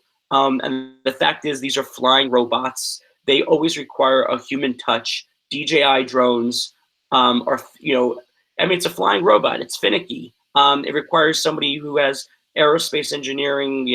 They need to charge batteries. I mean, there's just like a lot to do. So today's market, I do know, the biggest market, what people are actually using these things for is film, photo, video. They want pictures, real estate marketing videos, just vacation videos, wedding videos, and things like that. So do I think there's a big enough market today? I think it's big enough to start. And then I see, if drone transportation ever takes off, I think our product is viable for, drone delivery, drone taxis, general aviation. I even think that there's applications for the software for ground photography. So I think there's a lot we could do with the technology. Yeah. Well, you're building and thinking about not hitting buildings in cities, and you may end up with a very accurate map that's used, or 3D rendering that's used for something entirely different. Correct. So yeah. I was very, very excited to read you. Sorry, go ahead, Ian. So I've just thought of another question. It's just one from it's the other side of the business model. So obviously we've gone across the technical side of it, and then there's the marketing, well, the sales side at the end, where you mentioned the shots going to go out for operators to, I guess it's kind of bid for. How's that going to work, and what's the slice off the top that you'd be taking? So, because obviously that's going to be margin that the operator loses in using the service. Right. So we we essentially connect you with a drone. Right now we're not doing essentially what I'm doing is I've pivoted my service business to make it kind of right now it's kind of like a tech-enabled service business. So people are using the product, existing customers, and then I'm deploying my my kind of long list of contractors that I know well who are very capable, and they're showing up with the drone, putting on the ground, and I'm doing kind of, you know, it's kind of a one-off agreement that I have with the contractor right now. You know, as we kind of start to build out the second end of the marketplace where it's happening, you know, automatically, we're going to have to figure out, yeah, a certain fee that we get and a fee that the operator gets. But, you know, you have to realize that because we're automating the whole thing, it becomes not really a drone pilot and a camera operator. We remove it from two skilled and talented positions to just one person that owns a drone. So you could conceive that there's like an Uber driver with just a DJI drone in his or her trunk. They get pinged, they show up, they put it on the ground, the thing autonomously captures it, and then they put it, then they upload it to a server and send the client the footage, the next day. Yeah, I'm trying to think, because there's what's the word I'm thinking of? There's just, I guess, suspicion in the UK of directories at the moment, because what you have at the moment is you can have directories where people put on, I want this particular job to be done, and then that goes out in the local area to drone operators, and then you can then bid for the job. But there's concerns around, is that being done equally and fairly around the operators, so everyone gets a fair punt at it? And also, is it pushing the price down too low? For example, if there's a set price in mind, say this kind of shot should cost this much money, operators might say, well, actually, you're squeezing the market down too low. It's kind of trying to get my head round about what your thoughts are about how that's going to be, how it's going to be bid for, and how you're going to convince operators that process is fair. My experience is that people that own drones are desperate, more or less, for jobs. And we're opening up our sales funnel to provide them jobs. In terms of what the clients benefit, the benefit for them is they get exactly what they want. They get it at a fair price. It's cheaper than hiring a service company, and they typically don't want to do the work themselves. It's too complex from a regulatory perspective. They don't want to own the equipment and so on. So we're allowing them creative freedom. We're allowing them to get exactly what they're looking for and not be upset because, we're delivering exactly what the pre-visualization shows. Okay, on the client getting what they want, they're getting what they want from the framing. So you're going through, this is the shot, so you've got the angles. But the one thing that won't capture is the lighting when that's actually shot. So, for example, if you're in real estate, you can go out there. I'm in no opposite at the moment. They go out there with the drone, they film it all, goes back. Estate agent says, I'm not using that for a moment. There's either too much cloud there, or there's some glare that's coming from the sun. So you could actually go out, do that job, go to the work of doing it, and the client can say, actually, no, that's shite. You've followed the exact shot, but what's come out, because of the cloud or whatever, it doesn't work. So how are you going to deal with that? So the drone operators not out of pocket, so that the shot can be repeated. Yeah, so we actually have ways in the simulation to simulate time of day and lighting for the exact location. Obviously, and although we haven't really done this yet and we haven't built it, we're thinking about building it. We will also take special requests if somebody wants something shot at sunrise, shot at sunset, and we'll charge an additional fee for that. Okay, that's fine for capturing that, and sunset's a good one, and sunrise, because often that shot will be wanted because it's a different visual look. But what on the issue of the client says, I'm not happy with it, and that job's got to be repeated. How would that be managed? We have if you'd like to read the contract that we have with the clients, I'll send it to you. Well, I don't need that kind of detail. It's just kind of get a feel for it. Has that been considered? Listen, I'm early stage of the business. I'm trying to make customers happy. If we could come to, if thus far nobody's been, I'll say this, thus far nobody's not been happy with it. If there's something like something entered the shot that did something really, then yeah, we could. Right now we're in we'll figure it out sort of a stage. I do think that once you kind of get into super high end more sophisticated stuff. For more money, the client wants for more money, the client wants more. They're more of a pain in the ass because they're paying you more. So I do think that, but that market is also small. So I'm actually, and that's kind of what my service company was doing. It was, they were looking for the highest end product. They were, we were charging $10,000 a day for it, and they wanted it exactly right each and every time. But that's a small market, and the client's a pain in the ass. So what the product is kind of geared towards is kind of geared towards a lower and middle end market where it's bigger, and the client doesn't, for $3,000, $1,000, they're more flexible with what they get, and it's a big market. Doing something. To what Ian was saying about. I'm sorry. Sorry, after you. No, After you. The goal is to template something in order to have a big business. Uber, when you get into an Uber, it's just like, take me to point A to point B. With something like, so that's templatable. Just take me from here to there. If it's like a drone service company doing cinematography, and they're like, yeah, I want it to go like this, and I want the lighting to be there, and I want the explosion to, well, that's super specific, hard to repeat, hard business model. You can't build a business model, and you can't build something to template it, to reproduce it. It becomes highly transactional, and it becomes a pain in the ass to run that sort of a thing. It's almost impossible to scale. So the goal with the technology is to simplify, template it as much as possible, give the customer what they want. But yeah, like right now I'm doing high-end jobs with it because I'm able to get pretty decent revenue for it. But when it's like at scale, it's probably going to work on like kind of a mid to lower end sort of a market. Doing shots for anywhere from $500 to $3,000 or so for an engagement. Well, Ian was talking about it driving the price down. I was thinking maybe another way of looking at it might drive the quality, because I am absolutely rubbish at aerial photography. I am useless. So if I can increase the look of what I produce using this, then it would. Well, then I could see it being a tool that I would use.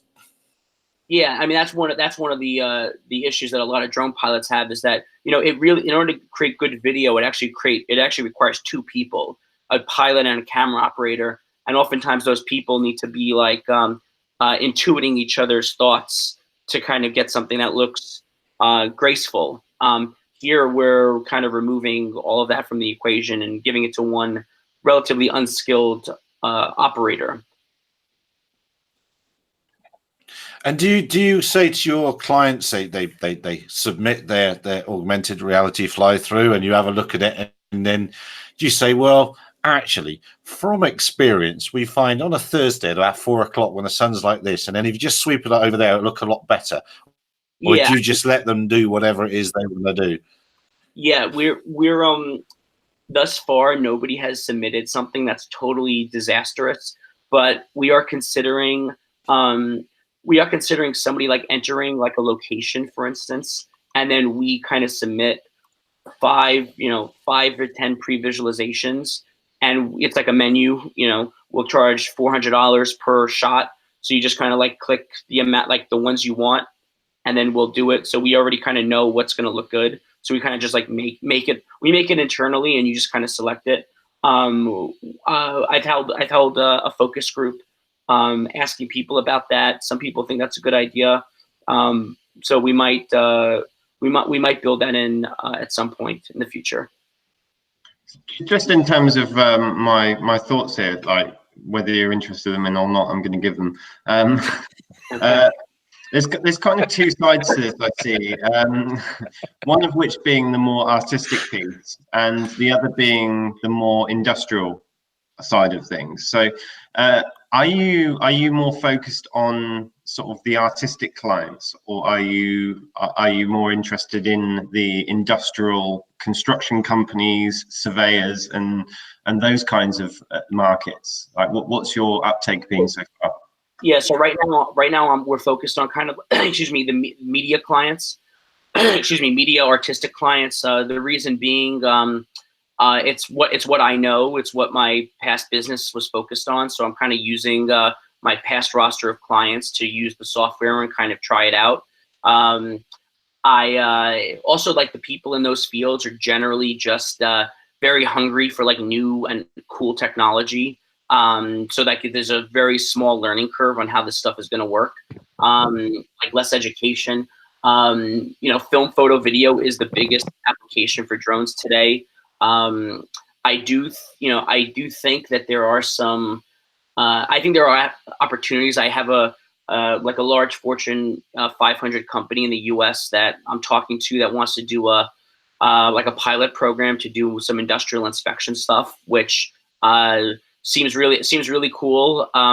But they're looking for essentially they're looking for an easy autonomous solution to inspect vertical structures. I don't know. So to be frank, I don't know so much about that industry, but they think the technology is cool and they might want to pay me to do a demo for them. So I'll take that opportunity and see how it goes. I do think that so I'm starting where we're starting. I do think going into vertical inspection, there's opportunity there. I do think that in drone deliveries, I kind of think Vermeer could become a 3D AR drone exhibition and kind of like drone management solution.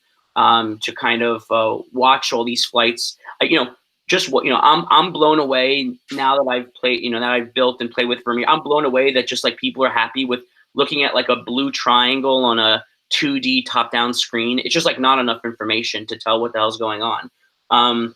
So I think that like logistics in drone deliveries could be a really big future market if regulatorily that ever happens. So my initial thoughts on that is so from the artistic piece, I think clearly I was a little bit skeptical at first. The more I've thought about it, the more I think that there is a market there for you. Clearly, you're getting some business through, so there is clearly a market. Quite what the size of that is, but my immediate thoughts as to where the real potential is with this. Is in the construction and property markets and surveying markets.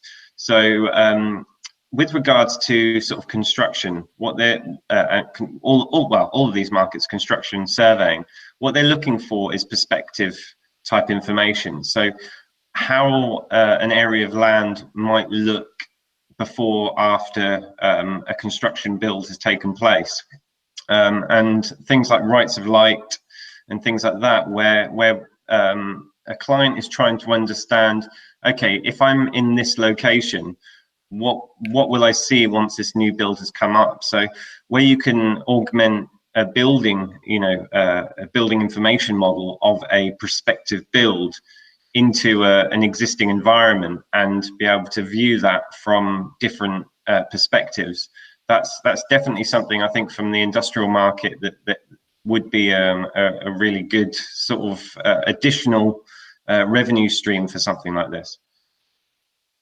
Gotcha. You mean as a kind of like a marketing tool to, or it's more like an architectural tool? More planning. More planning. So when someone say someone's is wanting to build some buildings on a piece of land, and they have to go to the local council to go and get permission to do so. What they need to be able to prove is that the thing isn't going to look ugly. They also need to prove that resident buildings are going to get enough light. Then councils are interested in making sure that the landscapes looks pretty after something's been built. What they don't want is when you're driving down the road into their town, you look up at the sky and you think, oh my god, that skyline looks disgusting. They're looking for something which looks attractive. And these are the kind of things which councils and planning people are interested in. So I'm thinking from an augmented reality point of view, being able to take aerial imagery, aerial video, and augment sort of virtual reality buildings and plans of buildings into that landscape. That would give you a very interesting sort of additional sort of market for yourself, because the only thing I sort of see as a possible detriment to the artistic side of things is that art is very much a sort of spare of the moment kind of thing, and it's very difficult. It is very tricky to kind of turn art into science, which is, I think, what essentially your product is trying to do. Whereas if you've got something which is already engineering and science, then something like that lends itself quite clearly to a technology which turns that into a more sort of standardized process. I mean, I completely understand what you're saying. I think what you're proposing is like a little far. I have to think about how that could be done within the confines of what the product is. You know, when you're building a product, there's a million things you could build, and how do you decide what you're actually building? You know, it's challenging, but you know, so I don't think you need like a drone to do kind of even what you're saying. What you're saying, well, can't you just like, you know, view and manipulate like a city in augmented reality? The answer is yes, but then you remove the drone from the equation entirely. And you're right. I am trying a bit to make art a little bit into a science. My background is I studied film production at NYU. So I've always been very interested in like the mixture of arts and sciences. So I do think there will be some limits to like when somebody really wants spontaneity. I think there's going to need to be like a super duper enterprise version of Vermeer that could work in real time. You know, like as they're going, you know, what I was trying to recreate is essentially when you see people discussing camera movements, how do they do it? They go like, okay, I want it to like go like this. They do this thing with their fingers and they actually go like this. That's kind of the genesis of the product as it is today. Yeah, so my thinking is regards like say construction companies just built a set of flats on a piece of land, and they're wanting to sell those flats to a third party.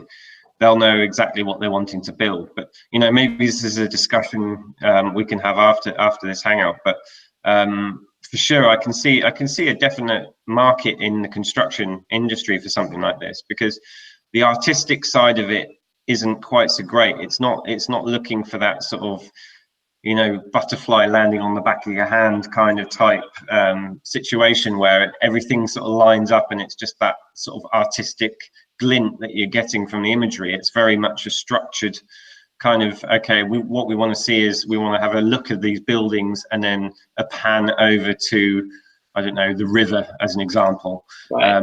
It's very much more structured in the way that they want that information. So I'm just thinking from an industrial approach, it might be a little bit less sensitive to some of these more sort of artistic, you know, when you've got operators going out there, you know, when it's one or two people, it's probably not so much of a problem because you've got more control over who you're picking. But if you've got a team of 20 people out there, then it's a little bit more difficult to control that artistic factor.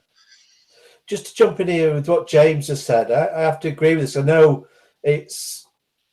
quite a few operators have done similar jobs to this, in that you've got a developer, especially in places like London where there's a great deal of value on real estate, in that they want to have a map. So they'll get a drone out there. It will survey the area, and then they'll use that for the planning permission, as James mentioned. But it'll also go right through to the marketing. So you're often selling that to foreign investors that don't necessarily know the city. So they'll use that drone video, and then it needs quite a team of people, because you've got a drone operator, and then you've got someone that's involved in the understanding of 3D modeling, and then they've got to do all the masking out and so on. So you have the building then put into, you know, a moving video, so the clients can see what the end construction is going to be like. So it helps them sell the apartments. But there's even, I know with drone operators, they've even done it because they said, well, I want to show everyone that's buying an apartment, if they walk out on their balcony, what the view's like. So you can put a virtual reality headset on, walk through onto the balcony of the apartment and see the actual view you're buying. And that's what it will allow you to do. If you could have, you know, a mission that goes out, gets the right views, and puts the 3D model in afterwards. And you could, effectively, you could do that as one software product rather than being a chain of people that are all doing their piece of work. Yeah, I mean, I do think that, we are actually doing with Vermeer two like real estate, I would call it real estate marketing development projects with it, where we're kind of capturing every couple of weeks new footage of this thing of this building that they're building around New York. And I do think real estate marketing is it is a big market, and like they oftentimes they want like some level of creative control. The cool thing is the building doesn't change; it's not dynamic, so you don't need to worry about this like spontaneity of creative vision sort of a thing. Sometimes they do want specified time of days, like our client wants a certain time of day always for a sunset sort of a shot, and they have a budget of a few $1,000s per video to kind of do this. In order to kind of do 3D compositing where you're like building like visual effects and movie, that's you need to leave that to the professionals right now. But the product could only do so much at the current moment. But you've started in an area, and maybe that's somewhere it can go.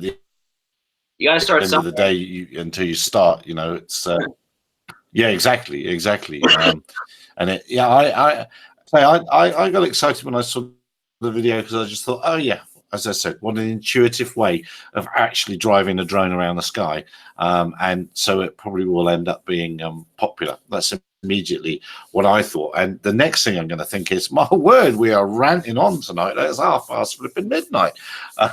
So Brian, thank you very much for joining us. Stay with us if you will. And then what you can do now is you can tear someone else apart if you want to. You're perfectly entitled to. That's what we do around here.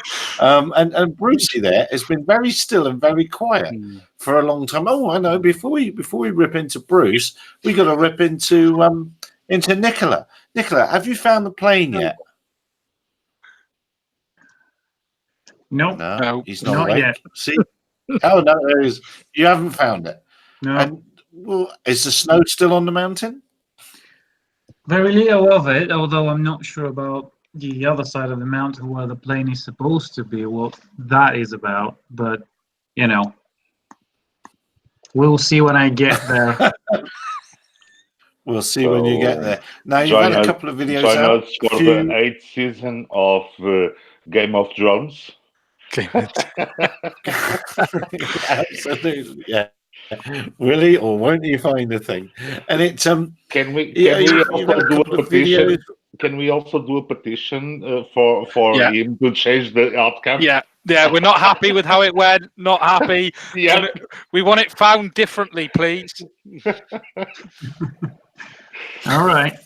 No, I did try to fly up there over the week, but there were some issues with my clouds, including some radio system bugs. Not sure what happened, but had a very interesting flight, or actually observed a tracker tracking a plane that was flying too high to be visible and out of radio control. So that was a fun flight. So yeah. it's plane loss number 2. The return of lost plane 2. The thing about the clouds is that I've flown it so long and so much that it's pretty predictable. So I was pretty sure what was going to happen. When the battery ran out, the ESCs would cut off the motors, the autopilot will try to stall it, and because when properly balanced, the clouds doesn't really tip stow, it sort of dips a wing, drops a few meters, rights itself up, and then the process repeats again. And because it's running in return to home mode, it will try to keep to that circle above my head. So at some point, it was gonna show up. And that's pretty much what happened when it dropped a few hundred meters, because it was circling above me at 2.2 kilometers. So when it dropped a few hundred meters, yeah, at some point I actually saw the video feed, because I now have a video switch, which, for some reason, my camera is not plugged into the channel it defaults to on a fail-safe. So basically, I was looking at a gray screen with a frozen OSD image on it. And other than the tracker just going around in circles because the plane was flying above my head, I didn't have any other indication that it was, all okay and still up there. Thing is, neither my DVR on the ground, neither the onboard HD camera recorded any of it. So, yeah. But anyway, it dropped down a little bit. I got radio control, landed, all good. I have no idea what happened, but I'm going to look into it. That's what I was saying. The dragon took her and flew over to the east and never saw it again. Yeah. Well, I had a similar experience when I go there. And so it wasn't because you were using what such radios called, a DT16 or one of the ones, because we spoke briefly about those radios last week, and then after that, every man and his dog released a video about the dodgy radios. What dodgy that Bruce radio? even broke. What's the radio you broke, Bruce? The Jumper 16, T16. Jumper 16, that's it. Yeah. Not using. Do you notice that? Not We spoke using about that it last week. No, nor's Bruce. He's broken his. I'm a trendsetter, I tell you. You are a trendsetter. So, Bruce, he hasn't found his plane. What have you seen this week that's caught your eye? I found this big FPV plane out the back of my hangar. It looks like it had come from somewhere in Europe. Now the snow's melted. Well, we should have Alan Yu back on the channel perhaps next time, because in a week on Saturday, the Canadians have to start keeping flight logs and maintenance logs for their toys, and all sorts of new rules come to effect there, except that the MAAC, the National Model Flying Body in Canada, has been granted an exemption. So if you want to fly in one of their grassy fields models from anywhere, you won't have to register your models, but the great unwashed amongst the Canadian population will have to register, and they have to sit the online tests and all that sort of stuff. Really, really over the top kind of regulations, which are going to affect us all eventually. But one thing I noticed, I saw a really good story on the news. The headline was drone sighted by aircraft at 2 kilometers in the air or something or other. And there was in America, some pilot saw a drone 2 kilometers up in the sky, according to the newspaper headline. But when you read further on, it was 2,000 feet. So in America, 2,000 feet is 2 kilometers. This explains why they lost that Mars mission headed out, when they had the conflict between the Imperial and the metric systems, and the Mars lander just crashed onto the surface. I think they're still having trouble with converting Imperial to metric. It's like, what's wrong with these people? And there was one at 6,000 feet in the UK, I think, wasn't there, this week? Somebody apparently saw it. Yeah, 20 meters. That's never going to go away, is it? All it of said it. Tesco on the side of it.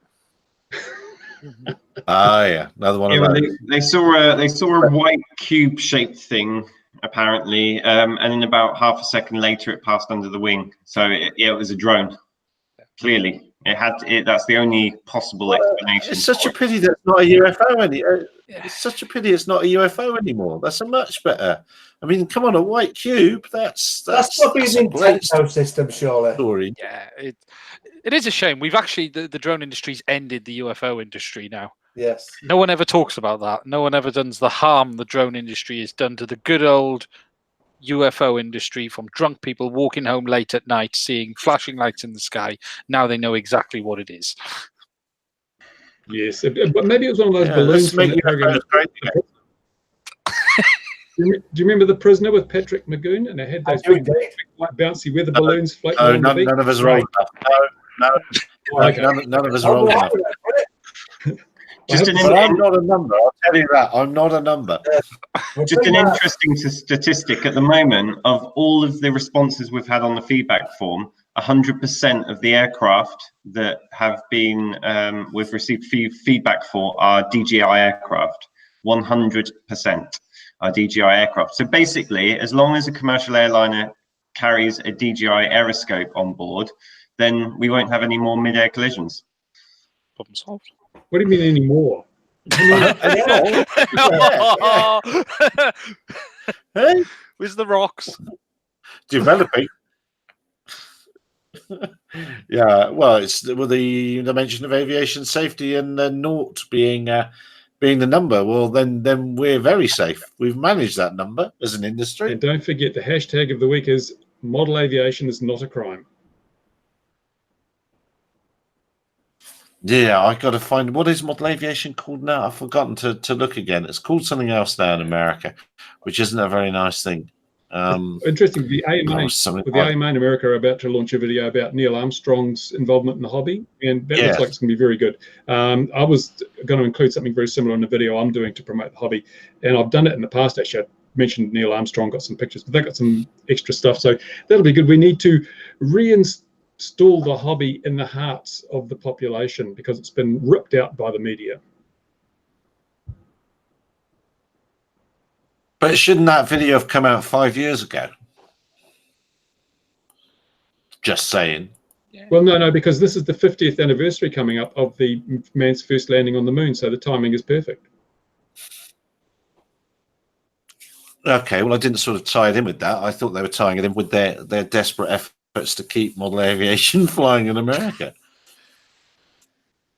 Yeah, I guess the timing is critical. I mean, The man landing on the moon will become big news again in about, less than 2 months' time. So that's the best time to roll out the stuff. You remember Neil Armstrong? Yeah, he's the guy that landed on the moon. And look, he used to fly toy planes, and these days he wouldn't be allowed because when he flew them, he was under 18. We need to know if Elon Musk did it as a kid, because he's the modern day madman stroke Probably hero. not. But no, he was probably building rockets when he. Well, I don't know the part of how he comes from. Yeah. I don't know. So what else did anyone else see this week on this very, very long edition of this? Well, I had gnome sent by your colleague in the US, and Parcel Force has smashed them. So this was, I haven't got the Gary one. It's a bit too smashed. I didn't want to show you because it upset me. So this is Bruce Gnome. Look. No, yeah, it's very accurate. There's Bruce Gnome. I've broken off both of his hands, and I'm left with trying to fix these now. He's been giving Parcel Force some shit this week. You really have. Oh, I think probably that's why they've done this partly. I was asking where my order was. Actually, no, I didn't order, right? And this is a steel. Now, the steel's pretty hard to break. But yeah, they tried with that because it was sticking out for the box. And then obviously poor gnomes have got it this week. That's shocking, and I have no idea what I'm going to do in retaliation. But I'm sure I'll find something. I said that's a new feature of the new Ardu pilot, Return to Gnome. The only thing I could say out of this is Parcel Force better not be doing drone deliveries, or it's going to be mayhem. Absolutely. I think we saw that the guys over you sent it on the email, didn't you? The Evolve Dynamic, the guys over that have released a tether system, haven't they? Yeah, he was supposed to join us tonight. I don't know what happened to him. Yeah, and then so I said it's the first one I've ever seen like this, and then I had dozens of emails saying no, it's not. So it's fair enough, but I think it's the first one that I've seen that can stay in position for 24 hours and then disappear for like 20 odd minutes afterwards. It's going to be interesting on how they did that. Yeah, it's going to be interesting on how they did that, whether it's an inverter high voltage system, because most of them are high voltage systems with an inverter on board, but that then takes up the space of the batteries, which means you can't fly for very long. So it's going to be quite interesting to know what they've actually done on this. So it's quite easy. You just get the small backup battery. Yeah. And when the tether goes down, you just land it. You have enough. But they're saying 20 minutes. Yeah, they're saying 20 minutes on this. Yeah, 27, wasn't it? It was quite a long time. With those propellers, it should fly after it. Well, I'm going to say Aerotronics have got a similar system. So the Aerotronics Altura Zenith, they've got a tether system for their aircraft, and yeah, it works off high voltage. Hasn't the X gone under about 3 years ago? No. So they got bought out by what was the company? It was a big company. Another Dutch guy. FPV. They do like FPV and small commercial, not commercial, small hobbyist drones, and they Drone Volt. Yeah. So they got bought out by Drone Volt, and then our friend from there became our friend from the counter UAS company. That still won't come through. That's a point. That's something I saw this week. Was in Israel. Did anyone see that? Sorry, it just jumped into my head about the counter drone stuff being used at Israel this week. The Eurovision. The Prime Minister, yeah, and the Prime Minister. There was an image a couple of weeks ago of the Prime Minister of Israel and the security guys with some strange contraption that was said to be an anti-drone machine. The interesting thing I read in that article was they were showing that they'd stopped something like 300 drones. I'm sure I read 300. But the weird thing was they were using a Chinese system. However, it was the Israeli system that the UK brought in around Gatwick. So the question I had was, why wasn't they using their own system? Well, Come on, they never brought that system in. Come on, that's another game of drones. That's another game of drones in history. That Israeli system was one of the best examples of marketing something that wasn't in the country at the time ever. It was fantastic. What happened? Nobody said, "Oh no, that wasn't us." They said, "Well, it's very secret. Might have been." But I have a good authority it was not there. Perhaps it doesn't exist at all. Yeah. No, it does exist, but they got all the mileage and all the press out of it. So fair play. Was it not the old system, and then it was just that the press had incredibly No. Yes, you're right. Yes, it was the old system that the press said, "Oh, look, there's that Israeli system." Yeah. But I just found it. The Israelis went, "Oh yeah, yes." I just found it interesting that they were doing all this high profile. We've stopped 300 drones, yet they were using a Chinese system when we'd heard all the press about the Israeli system. So, well, I think what they should have been concentrating on was stopping some of the singing that was going on inside. Oh please, yes. Speaking of which, do you guys remember the Indian promotional video from Rafael in Israel for their unmanned systems and missiles? Did you ever see that video? Yes. Wasn't that brilliant? Yeah. That was fantastic. The Bollywood one. Yeah. Let's go and have a look at that. Yeah, I know. Well, there's some. Yeah, well, the Indian market is rising. There's some interesting stuff coming out of there at the moment. I keep a good eye on it. And then, yeah, it's very interesting to watch what's happening there. And they're complaining, like many other places, that they've got legislation, and now nobody can fly commercially because nobody has got enough time, or their regulators not letting anyone through the system, which is exactly what's happened here, and in many other countries. Melbourne Train and Hobby Show Part 1. Melbourne. Did you see the? I was seeing one of your articles, and I was actually chatting to Callum Lenz back in December last year. The EIC are basically doing a project at the moment, a BVLOS project on energy network assets. So mainly, I think, offshore wind turbines.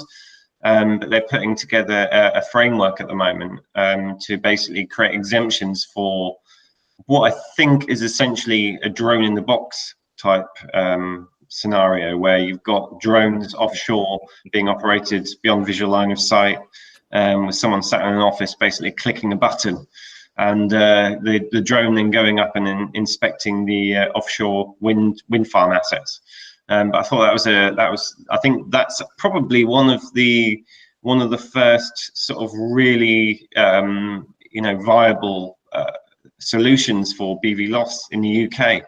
It's kind of gone a little bit under the radar. I noticed you reported on it last week, Gary. But I think that's a really amazing project.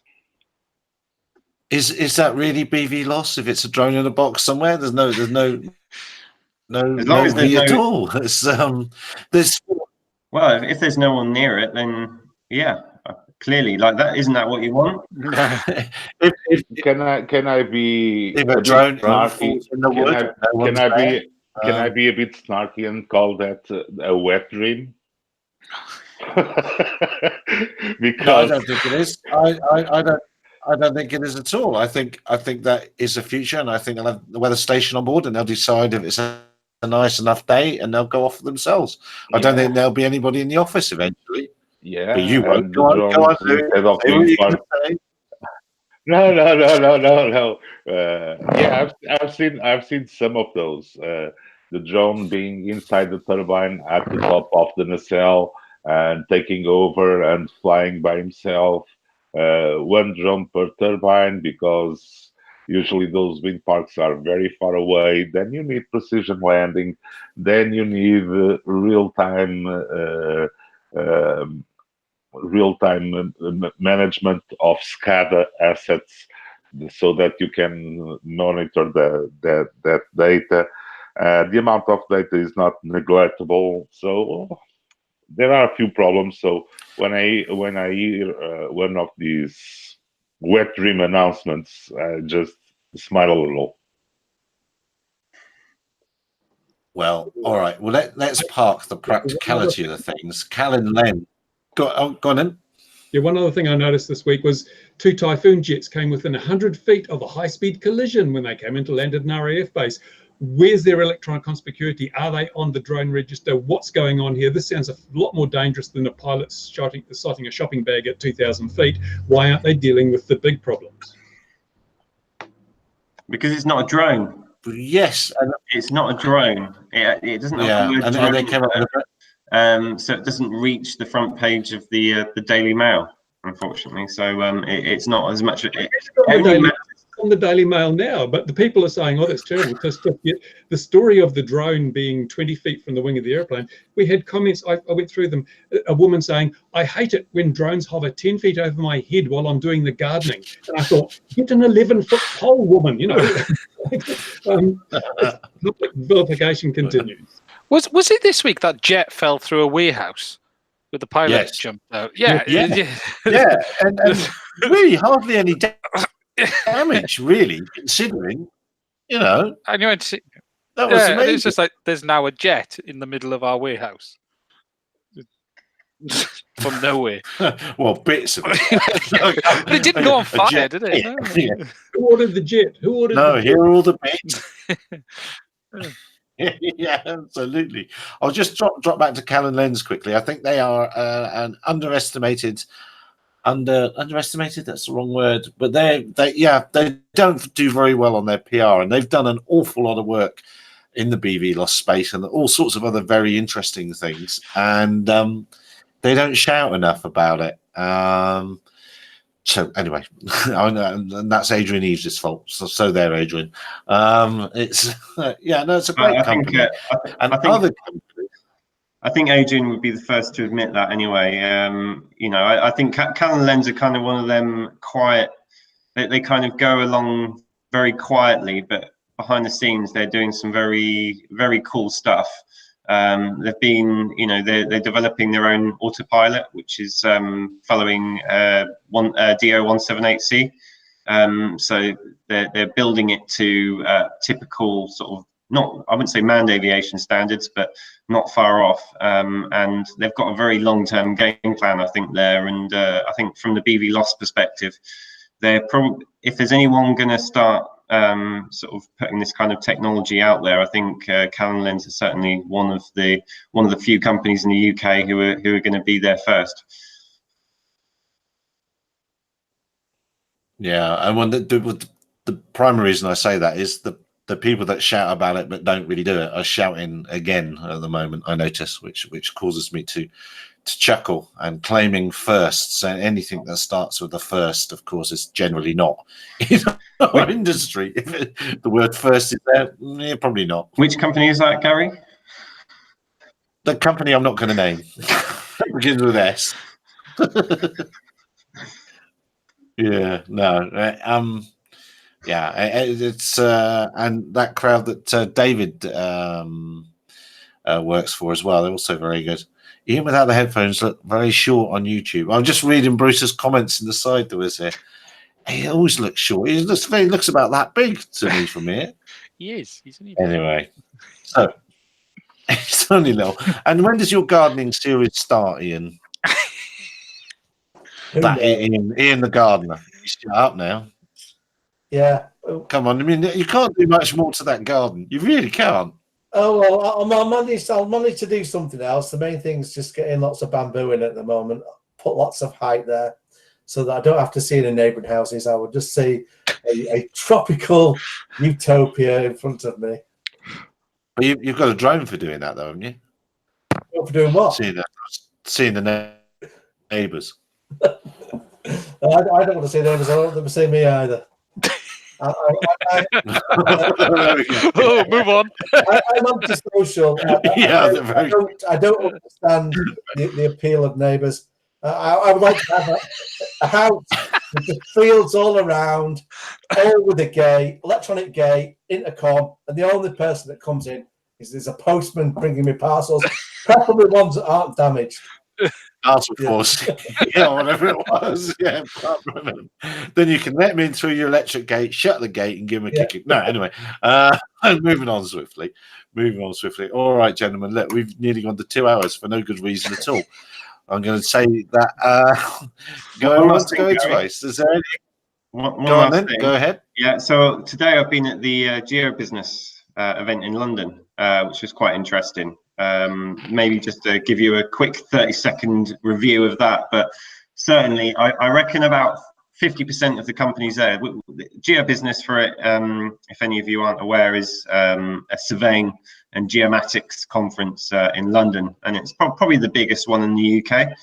And around about 50% of the companies there either were using drones or were trying to sell drones. So I think it's a good sign that I think the surveying industry certainly is taking drones seriously now. When I look back sort of 3-4 years ago, there was probably 4 or 5 stands out of 100, and now we're talking about 50 stands out of 100. So yeah, certainly we're seeing a good level of adoption. Whether that's a good thing or a bad thing, and that means we've hit a peak of the market or not, is another debate we can have. But yeah, certainly very, very interesting stuff. And I think there's certainly a move towards digitization. The surveying world is all about digitizing the real world and bringing that onto computers. And obviously drones are a great tool for being able to do that. And I think autonomy is the thing, aren't they? Sorry, say again? BIMs are the thing. BIM is very much the word of the moment. Well, drones are brilliant for BIM, because BIM is all about there's two sort of main components which I see where drones add value there. So BIM is 3D data, but then also information about that 3D data. So whether that's the condition or the material or whatever else it is, well, the photos themselves can give you the condition, they can give you the material, they can give you a lot of extra information, but they also can give you the three-dimensional attributes of that object as well. So from a BIM perspective, drones are actually ideal kind of, I wouldn't say drones necessarily, but photogrammetry is a sort of an ideal data collection technique. So and we always kind of say it as our drone survey, but actually what we're talking about really is photogrammetry.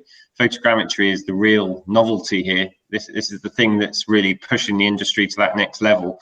Drones is just a case of, well, you can't get a pole which is 100-foot tall, so you need a drone to stick out there instead. So yeah, it's good to see drones being integrated with traditional surveying techniques like laser scanners, total stations, GNSS, and all the rest of it. So yeah, certainly I think they are now being taken very seriously as tools for surveyors, rather than what I think, if you only have to look back 2 years ago, where they were sort of seen as a bit of a novelty, nothing really, you know, it wasn't really essential to be getting involved with it now, back then. But now I think if you're a surveyor, if you're not using drones now, you are falling behind. Yeah, this I think we've cracked that market now. I think that's a sustainable market as well. It's not the you know, from it's not coming from the viewpoint of hype, but it's a sustainable growing market with experts using. It's just a tool. It's just a hammer or a spanner in the toolbox, isn't it, of the surveyor, and they'll just use it just like that. No gee whiz to it really, which is great. So that's a mature market in my opinion. I don't know. Others might have something else to say about that, or not. I think you're quite right on that one, Gary. Just one thing, because I know you're wrapping up shortly, because I know we've overrun a lot. Because I didn't want to cover it, because we've gone over the drone database and thing quite a bit already at the start of the episode, but it's probably worth having a chat on the next one, because I've done a little bit of investigation and with the Freedom of Information request in there behind it, just to have a look at an equivalent drone database. It was actually the game database that was used for the hunting of game, which was cancelled by the Tories because with its 50,000 members on there, it wasn't considered worth doing, because it wasn't a sufficient volume of people to be tracking on a database. So I think it's worth having a chat about some of that, because there's quite a few parallels there. Yeah, definitely. Because I think a lot of people are thinking 50,000, they'll be lucky to get that, aren't they? So yeah, that's definitely, we'll do that next week if you come back. Yeah, it will definitely have to do that. But look at this, we're neatly going over the 2 hours here, gentlemen. Thank you very, very much for holding on. Nicola, go and get that plane. We want to see what it looks like. Just hurry up already. Sorry, it's soon, or leave it, and we'll have a 1-year anniversary party. Go on, David. Can we ask Nicola to, while he finds the plane, see what happened to the Daenerys, where the dragon left her? Yeah, really don't know what you're talking about. I've not watched even a single episode of that show. Just watch the last one. Nah. Did you sign that petition, Louis? Come on. No. Did you sign that petition? No, come on. Did you want 13 more seasons of that? It was getting ridiculous. So we have Nikolai to save us and tell us the end of the story. What happened to the girl that was taken by the dragon? That's what we want to know. She went on the same general direction as this plane. I believe Bruce is doing a video on that next week about dragons and girls. But anyway, right, on that, right. I've had enough now. I've had enough. We are going now, dear viewer, wherever you are in the world. If you've stuck with us talking nonsense, thank you very much. See you again, 2100 GMT next week. Plug, yeah, I think Gary. Here we go. Yes. One last plug. If you haven't yet filled out the feedback form, Gary will put a link in the description. Fill it out, yeah? I will if you tell me where the link is. There's a plug. But anyway. All right. Yeah, no, we will. We'll do that. The feedback form. You're absolutely right. Gentlemen, thanks you very much indeed. We will see you again, 2100 GMT next week. Be safe, everybody. Take care of yourselves. Bye-bye. Bye-bye.